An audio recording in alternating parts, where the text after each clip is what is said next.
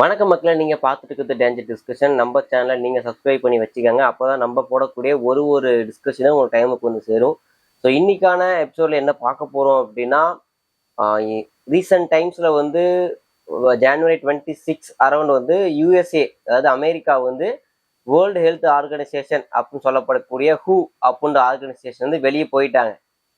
So அதற்கு அப்புறம் நிறைய முக்கியமான கேன்சர் நோய்களுக்கு மருந்துகள் கண்டுபிடிக்கப்பட்டிருக்கிறதா வந்து, ஏன்னா அமெரிக்கா வெளியானதுக்கு அப்புறம் நிறைய நாடுகள் வந்து கேன்சருக்கான மருந்துகளை வந்து கண்டுபிடிச்சிட்டோம் அப்படின்னு அனௌன்ஸ் பண்ணியிருக்கிறதா, ரிலீஸ் பண்ணியிருக்கிறதா நிறைய தகவல்கள் சோசியல் மீடியாவில் வைடாக பார்க்கப்பட்டிருக்கு.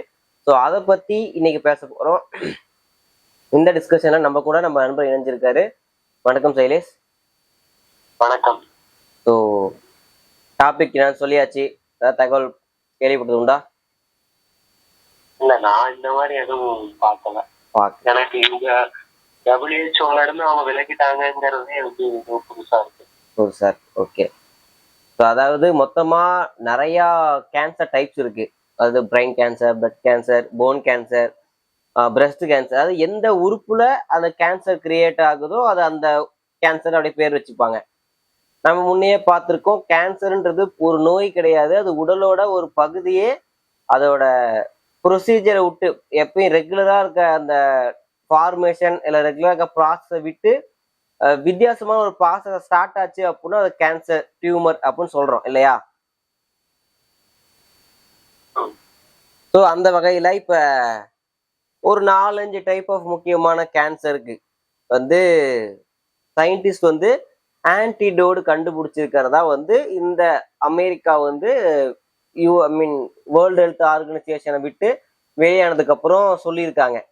ஸோ என்னென்ன கேன்சர் அப்படின்னு பார்த்தோம் அப்படின்னா, பிளட் கேன்சர் ஒன்று, பிரெயின் கேன்சர் ஒன்று, colorectal cancer, lung cancer, breast cancer, இதெல்லாம் முக்கியமான கேன்சர் டைப்ஸாக வந்து போட்டிருக்காங்க. இதுக்கெல்லாம் சால்வ் பண்ணுறதுக்கான ஒரு வே கண்டுபிடிச்சாச்சு அப்படின்னு சொல்லி போட்டிருக்காங்க. ஸோ ஆனா இதெல்லாம் உண்மையானு பார்த்தா உண்மை கிடையாது. ஆனா நிறைய சோசியல் மீடியாஸ்ல வந்து இது ஒரு ப்ரொபகேண்டான்னு சொல்லுவாங்க, மக்கள் வந்து நம்ப வைக்கிறது. இப்ப ஒரு எக்ஸாம்பிள் தமிழ்நாட்டில் பார்த்துட்டோம் அப்படின்னா, அரசியல்ல வந்து டிவிகேக்கும் திமுகவுக்கும் தான் போட்டின்னு சொல்லி விஜய் ரிப்பீட்டடா சொல்லி அது மக்கள் மனசுல பதிய வைக்க ட்ரை பண்ற மாதிரி, இங்க இன்டர்நேஷனல் பாலிடிக்ஸ்ல இந்த மாதிரி அமெரிக்காவுக்கு நெகட்டிவா அமையற மாதிரியான ப்ரொபகேண்டா நிறையவே ஸ்ப்ரெட் ஆயிட்டு இருக்கு. அதுல ஒன் ஆஃப் தி ப்ரொபகேண்டாவா இதை பார்க்கலாம். ஸோ இப்படி அமெரிக்கா வேர்ல்டு ஹெல்த் ஆர்கனைசேஷனை விட்டு வெளியே போனதுக்கு அப்புறம் தான் இதெல்லாம் நடந்திருக்கு அப்படின்ற மாதிரியான ஒரு இமேஜினேஷன் வந்து கிரியேட் பண்ண ட்ரை பண்றாங்க. இது எந்த அளவுக்கு இங்க கொண்டு போறாங்க அப்படின்னா, டேட் வைஸா போட்டுக்கிறாங்க. Feb 1-4, அதாவது 2024 Feb 1 to 4 பேன்கிரியாட்டிக் கேன்சரை சால்வ் பண்றதுக்கு வந்து சொல்யூஷன் கொண்டு வந்தப்பட்டதா அனௌன்ஸ் பண்ணப்பட்டிருக்கு. Feb 3-5 கோலன் கேன்சர் அப்படின்னு சொல்லக்கூடிய கேன்சரை வந்து சரி பண்றதுக்கு சவுத் கொரியா வந்து சொல்லியிருக்காங்க சரி பண்ண முடியும்னு. அதே மாதிரி கோலோரெக்டல் லங் கேன்சர் அதை சால்வ் பண்ற முடியும்னு சொல்லி சைனா சொல்லியிருக்காங்க. HPV அப்படின்னு சொல்லக்கூடிய ஒரு டைப் ஆஃப் கேன்சரை வந்து சால்வ் பண்ண முடியும்னு சொல்லி மெக்சிகோ சொல்லியிருக்காங்க. பிளட் கேன்சரை சால்வ் பண்ண முடியும் Feb 7-8 வியட்நாம் சொல்லியிருக்காங்க அப்படின்ற மாதிரி. அப்புறம் Feb 4-8 ரஷ்யா வந்து நிறைய டைப் ஆஃப் கேன்சரை சால்வ் பண்ணக்கூடிய வேக்சினை வந்து கொண்டு வந்திருக்கோம் அப்படின்ற மாதிரியான தகவல் எல்லாம் டேட் வைஸ் போட்டு, அதாவது ஒரு பொய்ய நீ ரேண்டமா சொன்னா அது யாரும் மக்கள் நம்ப மாட்டாங்க. பட் ஒரு பர்டிகுலர் டேட்டோட ஆர் பர்டிகுலர் ஈவெண்ட்டோட அட்டாச் பண்ணி சொல்றப்போ அது ரொம்ப, ஏன்னா அது நடத்தப்பட்ட ஈவெண்ட் எல்லாருக்கும் தெரிஞ்சிருக்கும், இல்லை அந்த டே எல்லாருக்கும் தெரிஞ்சிருக்கும். அந்த நாள்ல இந்த விஷயம் நடந்திருக்குன்னு சொன்னோம் அப்படின்னா அது மக்கள் மனசுல பதியறதுக்கு ரொம்ப ஈஸியா இருக்கும். டேட்டோட ஈவெண்ட்டோட சேர்த்தி சொல்றது ஒரு வழக்கமாவே இருக்கு. இப்ப இது எதுக்குமே சால்வ் பண்றதுக்கான கியூர் எல்லாம் யாரும் கண்டுபிடிக்கல. அதை ட்ரீட் பண்றதுக்கு ஒரு வே வேணா கண்டுபிடிச்சிருக்காங்க. அதாவது கேன்சர் வராமையே இருக்கிறதுக்கான மருந்துக்கெல்லாம் எதுவும் வர கிடையாது. கேன்சர் வந்துருச்சு அப்படின்னா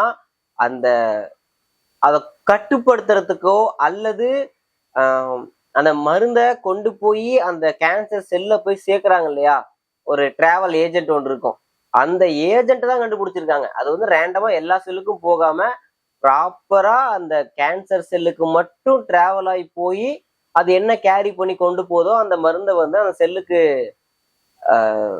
டிரான்ஸ்போர்ட் பண்ற மாதிரியான ஒரு வே கண்டுபிடிச்சிருக்காங்க. தவிர இந்த மருந்து எடுத்து இப்ப போலியோ வேக்சின் மாதிரி போலியோ வேக்சின் போட்டுக்கிட்டா போலியோவே வரதை தடுத்தரலாம் அப்படின்ற மாதிரியான கியூர்லாம் இன்னும் எங்கேயும் கொண்டு வரல.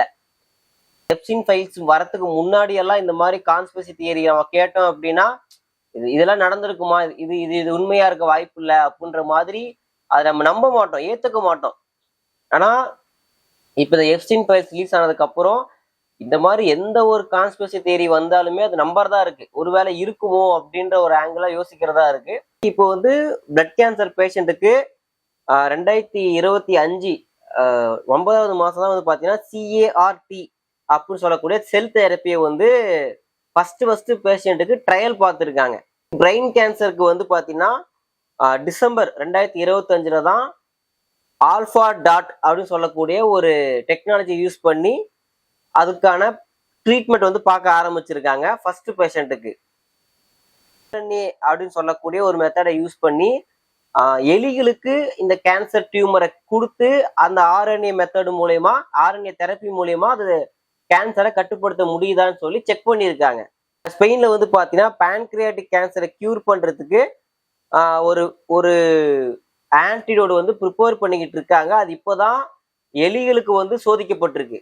ரஷ்யா வந்து எங்ககிட்ட கேன்சர் மெடிசின் இருக்குன்னு சொல்லியிருக்காங்க. ஆனா இப்போதான் அது கிளினிக்கல் ட்ரையல்லாம் முடிச்சு ஹியூமன் ட்ரையலுக்கு வந்து பாஸ் ஆகிருக்கு. ஆனால் இது எதுவுமே இன்னும் ஹியூமன் யூஸுக்கு ரெகுலர் யூஸுக்கு வரல, போலியோ வேக்சின் மாதிரி ரெகுலர் யூஸுக்கு வரல. ஆனால் இதுதான் டைம்னு சொல்லி இன்டர்நேஷனல் பாலிடிக்ஸ்ல மக்கள் வந்து நிறைய விஷயத்த பயன்படுத்துறாங்க. ஆனால் பொதுமக்களுக்கு அது உண்மையா பொய்யான்னு தெரியாத குழப்பத்துல வந்து எல்லாத்தையும் நம்புறாங்க, இல்லை எல்லாத்தையும் பார்த்து பயப்பட ஆரம்பிச்சிடுறாங்க.